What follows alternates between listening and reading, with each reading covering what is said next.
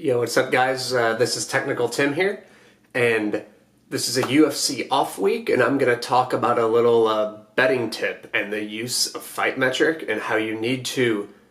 It can be an extremely valuable resource, but it's not the end-all be-all, and you have to know when to adjust. So I'm going to be talking about that. But before I do that, I want to thank everyone so much for subscribing and liking my videos. If you haven't subscribed, I'd really appreciate it. So thank you so much, guys. It's awesome, all the support I'm getting. But anyway, so I'm gonna actually share my screen with you guys and go through some fightmetric pages, and I'm gonna be talking about. I'm gonna use 3 different past fights that I was using fightmetric for, and I always start with fightmetric. I use it for every fight, but you have to realize fightmetric is only UFC fights, I believe. So there might not always be a sample size, so you always have to adjust for sample size. If there's just like someone who's only had 1 UFC fight, that's bad. But these are 3 fights where each person had a large sample size, so it's okay to use that. If it's like a UFC debut, fightmetric is probably it's completely useless. But if it's UFC veteran going against another UFC veteran, then it could be very helpful, and you should start with fightmetric every time. But you need to also know when to abort it and not use it at all. So I'm going to be talking about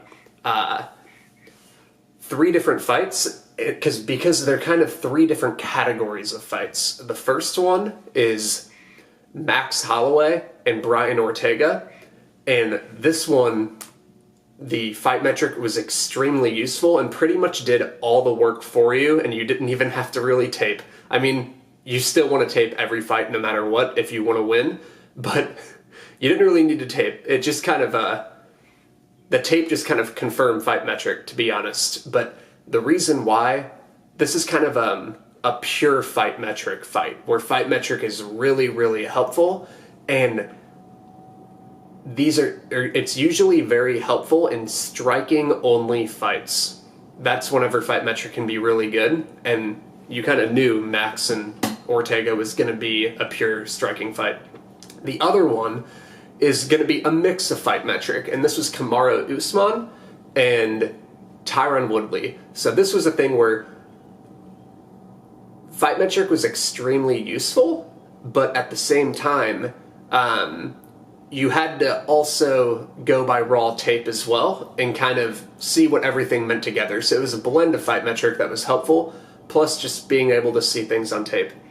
And then the third is Maia Good versus Maia, and that was one where fightmetric was absolutely meaningless because it's kind of grappling based fights. Fightmetric can be very useful for grappling willingness, to see how often someone prefers to go for takedowns and things like that. But for grappling effectiveness, it's a styles match. Like fightmetric isn't going to be helpful so I'll kind of get into that. But also, while I go through these 3 fights, I'm going to also be interlacing the narrative-based video that I had done earlier, that principle, don't fall victim to the narrative. I'm going to be talking about that in a couple of these fights. I'm also going to be interlacing the single leg, the single leg principle I talked about. So you're going to see how fightmetric and all these betting principles can come together when analyzing a fight. These are 3 fights that I profited extremely heavily in as well. And Holloway was my biggest bet of the year last year, and Kamaru Usman has been the biggest bet I've had this year. So I hope you enjoy it. I'm going to share my screen right now. Here we go. All right, guys, so let's get going on this. So the first fight, remember I talked about, is the example I was going to do is Max Holloway versus Brian Ortega, and this is an example of a pure fightmetric fight. So this is going to be a mostly striking fight, and like I said earlier, a mostly striking fight is whenever fightmetrics can be really, really helpful. And I want to emphasize these are 3 fights that I won on. So this is not what I was thinking using the benefit of hindsight after the fight. This is what I was thinking before the fight.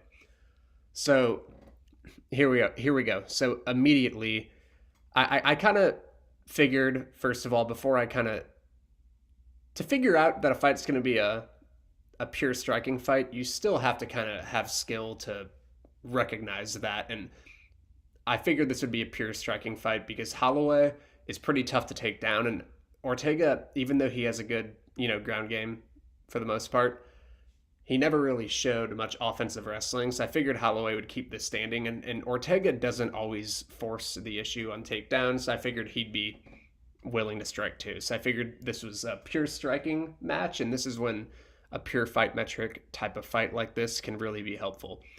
So look, guys, strikes landed per minute here, we got 6.9. That and before the fight, I just want to point out I didn't. These numbers are a little different than they were before the Ortega fight. So Holloway's numbers are going to be a little higher because he landed so many, but still, they were still really good. But I saw this number, Holloway, before the fight. He lands so many strikes per minute, and he barely gets hit, guys. Like as far as the ratio goes, that's actually getting hit a lot. 4 strikes per minute. Generally, you're going to see these numbers anywhere from like 2.5 to 4. That's probably the average for strikes landed per minute and strikes absorbed. But you always want someone with a positive striking ratio, someone who lands more than they absorb. And Holloway does that, man. And if you just look at his fights, he outstrikes everybody. I mean, he outstruck Ortega, doubled him up, which was extremely predictable given this fight metric tool. Holloway and Aldo, this was another fight he just dominated. He doubled up Aldo here. He was doubling up almost Pettis. He almost doubled up Lamas. So you get the trend. This was one where I think he was probably a little hesitant of the power of Stevens coming his way, so he didn't let his punches go. But you get the trend. This man throws so many strikes, and he doesn't get hit nearly as often as he dishes out punishment. So immediately, whenever I was just kind of doing my research for this fight, I just noticed he's going to land more. So then let's go to Ortega's numbers. Also, and anytime you do fight metrics, if this is something you'll have to make, I always talk about the adjustments for fight metrics. So you're going to have to make an adjustment of how much he gets hit, because even though he gets hit a lot, this number is now skewed because he went up against a guy who's way better than people he'll be going up against in the future, Holloway. So Holloway is just probably skewed his strikes absorbed per minute, but he still does get hit a lot. But Holloway just made the number even more crooked, so I just wanted to point that out. But look, Ortega lands 4 strikes per minute. That's pretty good. Actually, that's actually towards the higher end. But Max throws historic output. Max lands way more, so he's just way higher. And then his absorb per minute is just too high, guys. And if you just look at his mostly striking fights, he was pretty much even with Edgar. He got doubled up by Swanson in a pretty much pure striking fight until he landed a flash guillotine. Moicano almost doubled him up. Guida and him were about even.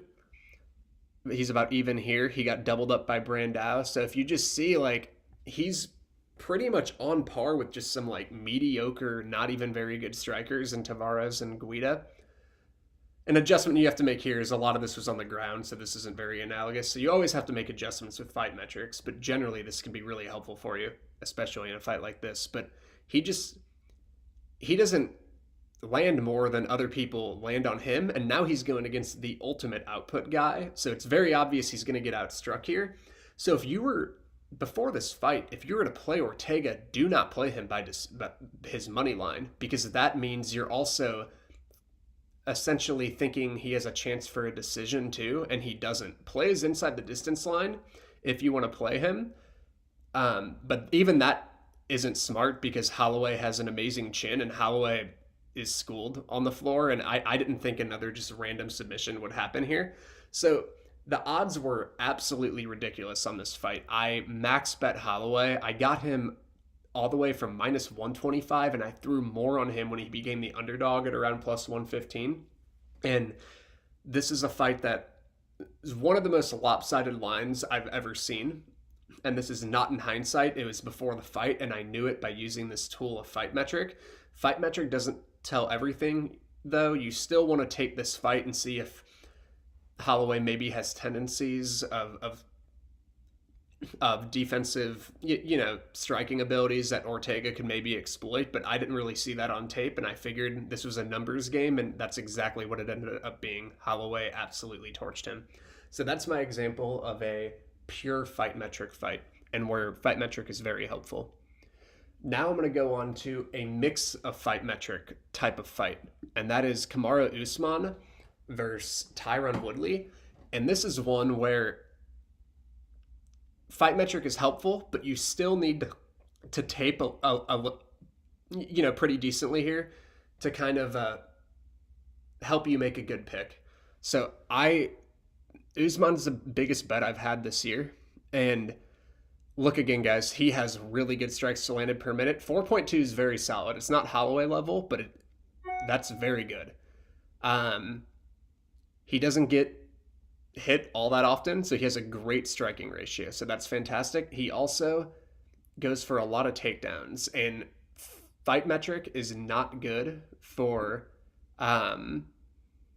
grappling effectiveness, which I will be talking about in the next fight, but it is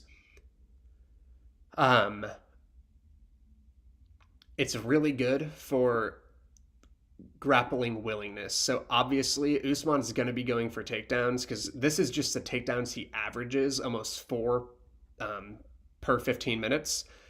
And so he's actually going to be going for more than that. So also, if you just look here, he obviously is just going for takedowns pretty much all the time. Makes sense he didn't go for one off Maia. He wanted to keep that standing.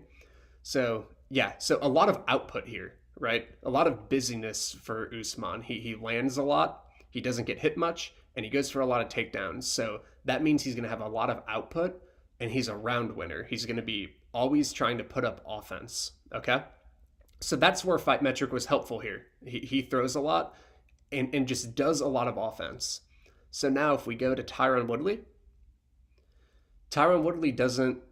2.5 is a pretty low number. It's not all that low given how much power he packs, but it's not very good either. He gets hit a little more than he actually lands, so it's pretty much the same number, but that's also a low number too, so it just kind of goes to show that his fights are a lot of doing nothing. Like if you look at Woodley and Thompson, it was kind of staring contests for a lot of those fights, and Woodley Maia, there wasn't much going on there.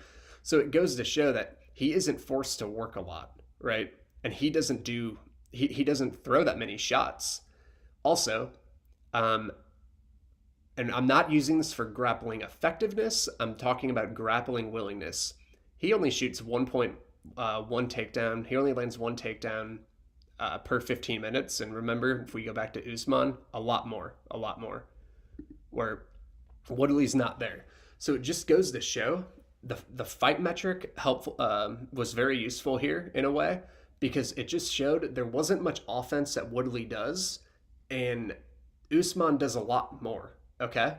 So that's where it was helpful. So it kind of just suggested that if Woodley did not finish him, or pretty much if he didn't finish him, he wasn't going to win this fight, because Usman does more to win rounds, and the grappling...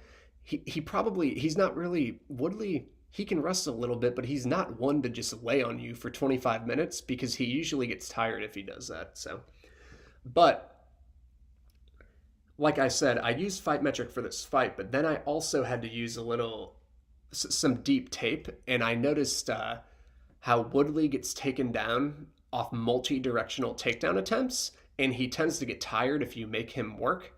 And then Usman does a lot of multi-directional takedown attempts, and I had a lot of other reasons as to why I thought Usman was the better wrestler here, and it ended up playing out that way.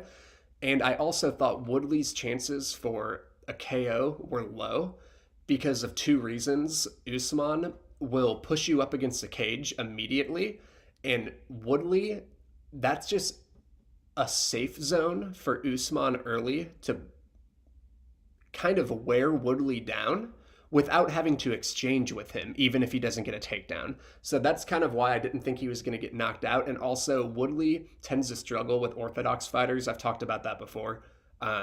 And he doesn't land his right hand nearly as often against orthodox fighters. So if you see, that was my reasoning going into this fight. I thought it was a mix of fight metric. That fight metric was really helpful, but I still had to use non-fight metric to measure kind of Woodley's chances of maybe landing a KO and whether or not he could actually out-wrestle Usman, but I didn't think he would. So remember, I didn't use fight metric here in the grappling for grappling effectiveness. I used it for grappling willingness, and that's what I always do. So let's go on to the third fight. Oh, also, I want to, no, I'll bring that up. I'll bring that up at the end. So then on the third fight, Damian Maia versus Lyman Good. Fight metric is this is all about whether or not Maia can get his grappling going. So I did not even use, it doesn't matter his strikes at all here, because he wins fights based on whether or not he can out grapple you and sub you. It's kind of dumb. You can look at grappling willingness, and he obviously is always grappling, so you don't even really have to use fight metric for that. Like, I just know Maia is always shooting takedowns. So I didn't even look at these numbers because I don't really care. It didn't really matter. But people were using Lyman Good, and this number was a lot better before he fought Maia here because Maia got some takedowns. It was like 88%, and a lot of people were saying Lyman Good's takedown defense is amazing. It's 88%, so he's going to be able to stop it. So they were using fight metric wrong because you can't use it for effectiveness at all because everyone's takedowns are different. And remember, I talked about, and I told you at the beginning of this video, I was going to interlace the principles I'd used earlier. Single leg, the single leg. Remember, I talked about how single legs work really well on non-wrestlers. And Lyman Good was stopping a bunch of takedowns versus guys who would shoot double legs, but Damian Maia is single leg all day. I knew he was going to get him down based on the single leg, and I figured he'd sub him as well. So I played him by submission and his money line in this fight, and that's why I was able to win. But I also forgot something. I talked about the single leg principle there, and said this was pretty much a non-fight metric fight for me. But some people relied on it wrong. It was kind of dumb, but do not use fight metric for grappling effectiveness. It's not going to get you anywhere. But for willingness, it's fine. But the other principle I wanted to talk about was the Holloway one. And Ortega, there is a narrative going into this fight about Holloway's concussion and things like that, like his off the cage issues. I didn't listen to it. I used the same solution I used to on every narrative like that when it comes to motivation, layoffs, injuries, things like that. I always assume we're just going to get an average version of himself, because if I'm wasting my time I'm not going to get it right. If I'm wasting my time and resources trying to figure out what type of Holloway is going to show up, we don't know. So it's a waste of time. I always just assume average, and usually that's a good way to go, and it's usually accurate. So I didn't fall victim to a narrative in Holloway versus Ortega. I used stats, technique, things like that, and that's what got me the W, and the narrative did not scare me away.